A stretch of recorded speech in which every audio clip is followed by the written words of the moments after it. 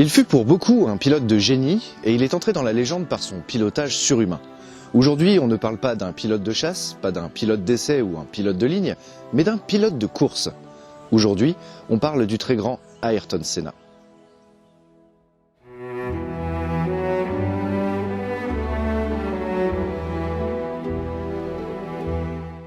Nous sommes sur le circuit de Monaco le 3 juin 1984. Parmi les plus grands pilotes du moment, on compte Alain Prost qui démarre en pole position sur la grille de départ. Très loin derrière, à la 13e place au départ, un jeune Brésilien débute sa carrière en F1, Ayrton Senna.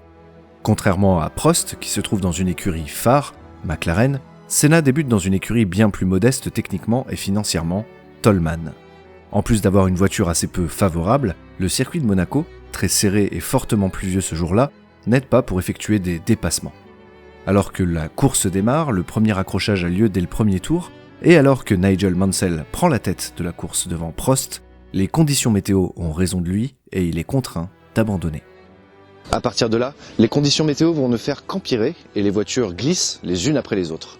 Mais Ayrton Senna, parti 13e, rattrape peu à peu Alain Prost qui domine la course. Prost finit par faire signe au commissaire que les conditions deviennent vraiment impossibles et qu'il faut stopper la course. Alors que Senna est remonté à la seconde place, a signé le record du tour le plus rapide de la course et n'était plus à grand chose de se battre avec Prost pour la première place, la course est stoppée au 31e tour. Prost est donc déclaré vainqueur, mais Senna est second et a révélé ses talents de pilote, particulièrement sous la pluie, avec une voiture bien inférieure à celle de Prost. Le Brésilien se révèle donc comme l'étoile montante de la Formule 1. Durant les années qui vont suivre, Senna va continuer à éblouir le monde de la Formule 1. Il signe alors en 88 avec la prestigieuse équipe McLaren Honda et devient le coéquipier d'Alain Prost à la demande du pilote français. L'écurie se retrouve donc avec deux pilotes exceptionnels et une voiture très performante. À la fin de la saison 88, il reste deux courses et le championnat peut se décider sur l'avant-dernière, au Japon. Nous sommes le 30 octobre 1988 sur le circuit de Suzuka, au Japon. Senna est concentré, sanglé dans sa monoplace McLaren Honda. Il a la possibilité de remporter le titre de champion du monde sur cette course face à Alain Prost, son coéquipier. Senna s'est qualifié en tête de la grille et tout semble réuni pour lui offrir le titre. Alors que le feu passe au vert, les voitures partent en trombe, mais Senna cale sur la piste. Le temps de redémarrer sa monoplace, il rejoint la course à la 14e place. Prost, parti second, domine donc le début de la course. Alors que la pluie commence à tomber, Senna va réussir l'impossible. Il remonte chaque voiture les unes après les autres, et au 28e tour, il passe à la première place, sous la pluie, avec des pneus faits pour le temps sec. Durant les 23 tours jusqu'à la ligne d'arrivée, Senna domine la course et se permet même de battre le record du tour.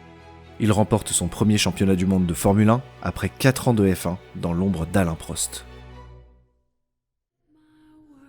Il faut rappeler qu'à l'époque, les boîtes séquentielles ne sont pas sur les McLaren. Pour passer les vitesses, il faut utiliser le levier de vitesse comme avec une voiture classique, ce qui implique de ne tenir le volant que d'une main pendant une bonne partie de la course. Mais vu que c'est pas ma spécialité, je laisse l'explication à mon compère du jour, Despiello. Effectivement Vincent, à cette époque, bien que les F1 soient à la pointe de la technologie, on utilise encore ces boîtes de vitesse mécaniques. Il faut donc placer 3 pédales et un levier de vitesse dans un cockpit particulièrement étroit. Si on veut faire simple, la plupart d'entre nous appuieraient sur les 3 pédales à la fois avec un seul pied. Du fait de l'étroitesse du cockpit, le levier n'a que très peu de débattement. Encore une fois, la plupart d'entre nous confondraient la 3e vitesse avec la 5e. Pour ajouter encore un petit peu plus de difficulté, les directions des F1 n'est pas assistée et prendre un virage à 200 km/h d'une main, c'est comme soulever des dizaines de kilos d'un seul coup. Et pour faire un bon freinage, il fallait être un maître dans la technique du talon-pointe. Cela consiste à freiner, débrayer et accélérer en même temps. Finalement, avec nos gros pieds, on pourrait tous le faire. Mais c'est bien plus subtil. Il faut donc freiner et au moment de changer de rapport, vous débrayez. Et le talon de votre pied droit doit venir se placer sur l'accélérateur pour mettre un coup de gaz tout en freinant. Cela permet donc de donner un régime moteur plus élevé de manière à avoir une meilleure réaccélération en sortie de virage. C'est une technique très compliquée à maîtriser et Senna en était un virtuose. Dans la carrière brillante de Senna en F1, une chose manque encore. Il n'a encore jamais gagné le Grand Prix du Brésil. Adulé par les fans brésiliens et malgré sa motivation, cela fait 7 ans qu'il est en Formule 1 et chaque année, il a échoué à en remporter ce Grand Prix si symbolique pour lui. En 91, une autre chance se présente. Tous les signaux sont au vert pour gagner. Il part en pole position et la maintient tout au long du Grand Prix. À 10 tours de la fin, Senna a une confortable avance de plus de 30 secondes sur Patrese, le second de la course. On pourrait alors se dire qu'il est certain de gagner son premier Grand Prix du Brésil, mais à ce moment-là, sa boîte de vitesse commence à faire des siennes. Il ne peut que rester bloqué à la 6e vitesse, ce qui manque de le faire caler dans les passages les plus lents de la piste. Patrese rattrape assez rapidement le Brésilien. À 2 tours de l'arrivée, la pluie commence à tomber sur le circuit. Senna est un as de la conduite sous la pluie, et ce coup de pouce peut alors lui permettre de tenir la distance avec Patrese. Il fait tout de même signe aux officiels de stopper la course à cause de la météo. Dans le cockpit, Senna souffre. Maintenir sa voiture au milieu d'une piste trempée et bloquée sur la 6e vitesse, c'est éreintant. La course n'est pas pour autant arrêtée par les officiels et au moment de passer la ligne d'arrivée, Senna, ému d'avoir enfin décroché une victoire dans son pays natal au prix d'une course physiquement douloureuse, laisse échapper toute son émotion.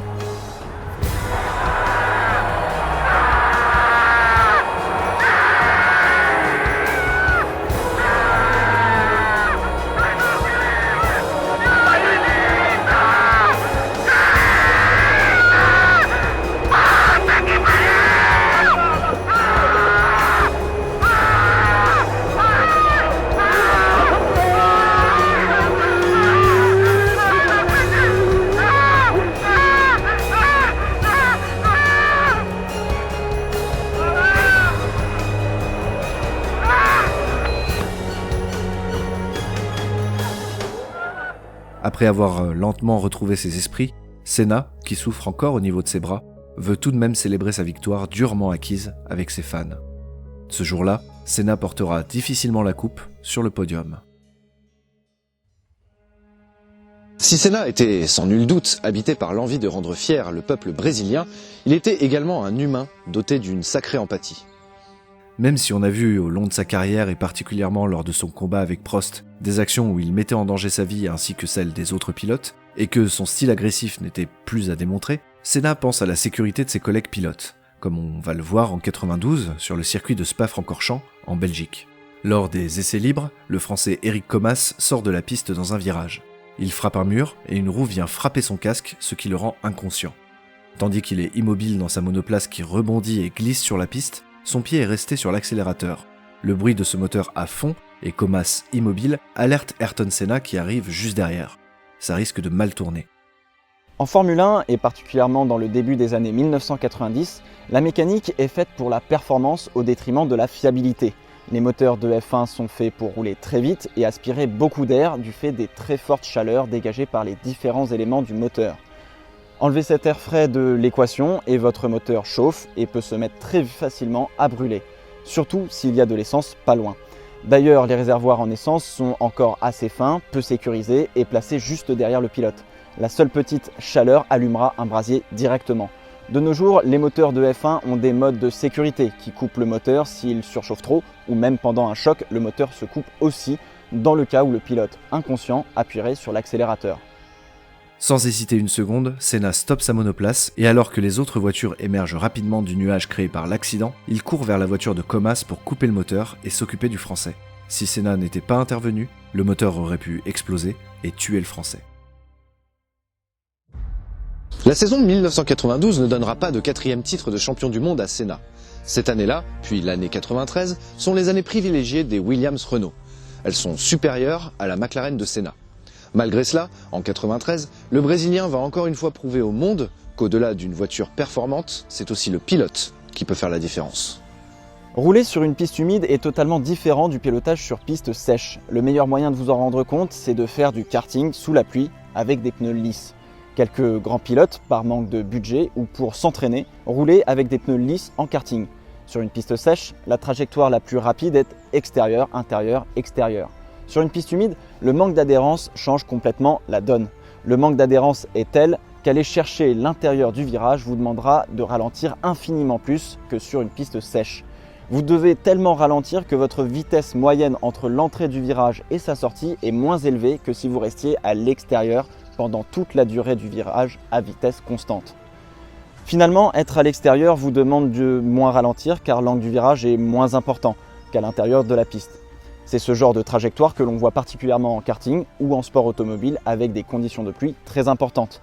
Les pneus pluie permettent d'avoir beaucoup d'adhérence du fait des rainures qui évacuent l'eau. Mais s'il y a trop d'eau à évacuer, vos pneus de pluie n'auront pas autant d'adhérence et la trajectoire extérieure à vitesse constante sera votre meilleur allié. Senna avait cette faculté de comprendre cette subtilité et surtout de ressentir l'adhérence mieux que quiconque, ce qui le rendait pratiquement imbattable sous la pluie. C'est ainsi qu'en 93, à Donington, en Angleterre, Senna part 4e sur la grille mais va retourner la situation en moins d'un tour. Prost gets away well, so does Hill, so does Schumacher, and Wendlinger is coming up well. Senna is crowded out and is down to 5th position, and Wendlinger is up into 3rd place ahead of Schumacher, and Ayrton Senna is up to 4th position ahead of Schumacher and challenging Wendlinger as they go round the right-hander into the old hairpin. Senna is up to 3rd.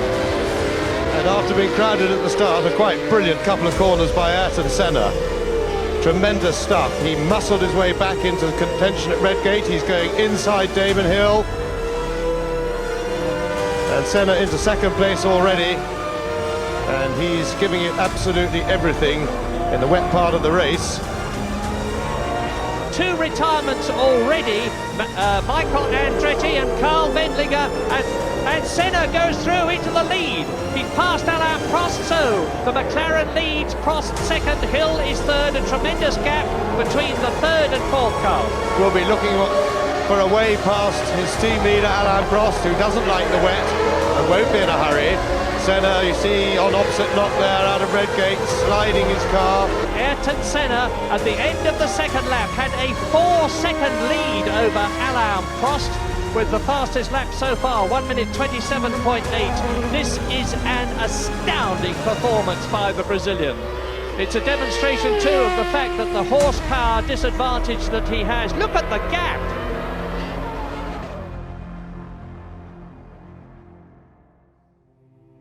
Il finit par gagner la course, mais pas le championnat, que Prost remportera cette année-là. À ce moment de sa carrière, Senna voit que la Williams-Renault de Prost est largement supérieure en performance et veut intégrer l'équipe Williams pour 1994. Il a toujours cette rage de vaincre et il estime que s'il veut remporter le championnat, il aura besoin de la Williams. Senna intègre Williams-Renault pour 1994, mais contrairement aux années précédentes, la voiture n'est pas à la hauteur. L'année d'avant, la Williams était dotée d'aides électroniques qui aidaient à stabiliser la voiture, mais en 1994, ce système est interdit. La Williams est donc, cette année-là, particulièrement difficile à piloter. Cette même année, un jeune nouveau, Michael Schumacher, est au volant d'une Benetton dont on suspecte utiliser une nouvelle technologie, l'antipatinage. Schumacher prend alors la tête du championnat 94, mais Senna, malgré qu'il parte souvent en pole position, peine à terminer les courses et se retrouve loin derrière dans le classement. Dans les années 90, le calendrier de la Formule 1 est relativement impressionnant de par les circuits qu'il emprunte. Les circuits sont rapides, donc très peu de secteurs vraiment sinueux, et les voitures sont des monstres de puissance qui atteignent sans le moindre problème les 300 km/h au bout de la plupart des lignes droites. Cela est dû principalement au tracé encore un peu à l'ancienne pour certains. Hockenheim est un circuit avec presque que des lignes droites, Monza a toujours été ce genre de circuit, comme Spa-Francorchamps ou encore Imola. Bref, le seul circuit où une sortie de piste à haute vitesse avait le moins de chances de vous faire mal, c'était Monaco. Et encore, une glissière de sécurité vous arrête généralement net. Les dégagements étaient en herbe et en gravier pour ralentir les voitures avant le mur de bord de piste. C'était ce que l'on avait trouvé de mieux à l'époque. Fin avril 1994, les pilotes se retrouvent sur le circuit italien d'Imola, où nous nous trouvons aujourd'hui. À l'époque, le tracé est particulièrement rapide. Depuis plusieurs années, Imola a connu son lot de crashs impressionnants, comme en 1987 avec Nelson Piquet ou en 1989 avec Gerhard Berger, qui sortent de la piste tous les deux au virage de Tom Borello. En 1994, le Grand Prix d'Imola va se transformer en un week-end noir pour la Formule 1. Le vendredi, lors des essais, le Brésilien Rubens Barrichello, arrivé depuis peu en Formule 1 et protégé de Senna, sort de piste et percute un mur de pneus à plus de 200 km/h. Il est inconscient, transporté à l'hôpital, et Ayrton Senna va veiller sur lui. Heureusement, Barrichello s'en sort avec une fracture du nez et d'un bras. C'est Senna en personne qui rassure la presse sur l'état de santé du jeune Brésilien. Le lendemain, c'est au tour de Roland Ratzenberger, pilote prometteur qui fait sa première saison en Formule 1, d'avoir un accident grave sur le circuit en percutant un mur à plus de 300 km/h. Il ne survivra pas à l'accident. C'est la première fois depuis une dizaine d'années qu'un pilote meurt sur un circuit. Les pilotes, à ce moment-là, sont témoins du premier mort sur circuit de leur carrière. Parmi eux, Senna est bouleversé. Pour autant, on décide de maintenir la course. Cette décision, toujours contestée aujourd'hui, ne fera qu'aggraver les choses. Le 1er mai 1994, le départ de la course est donné. Et déjà, on compte un gros accident sur la ligne de départ. La voiture de sécurité entre sur la piste le temps qu'on nettoie les débris.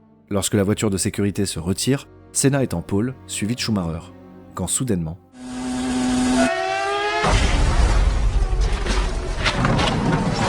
Senna bateu forte. Ali na Tamburello. La voiture de Senna est sortie de la piste et a frappé un mur à plus de 200 km/h. Le triangle de suspension avant droit frappe et pénètre son casque. Atteint au cerveau, Ayrton Senna succombe à ses blessures à l'hôpital. C'est la fin d'une carrière flamboyante du pilote brésilien, parti dans ce virage il y a 25 ans aujourd'hui. Au-delà de la soudaine disparition d'un pilote talentueux, légendaire, c'est aussi un week-end tragique qui marquera à jamais les mémoires des pilotes, mécaniciens et fans de ce sport. Michael Schumacher, qui a vu son idole de la course sortir de piste devant lui, n'oubliera jamais le champion contre lequel il a couru. Après sa victoire au Grand Prix d'Italie en 2000, un journaliste interroge Schumacher. I'm not sure if you're aware, but this is your 41st victory, which puts you equal second all time with Ayrton Senna. Do those records mean a lot to you? Yes, it does mean a lot to me. Sorry.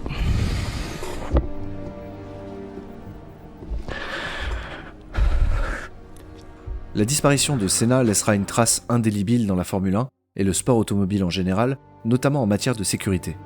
Aujourd'hui, le virage Tamburello a été transformé en chicane, ce qui réduit la vitesse des monoplaces sur cette portion du circuit. Transformer ces circuits de vitesse pour rendre la vitesse moyenne moins élevée a été un grand chantier du début des années 2000.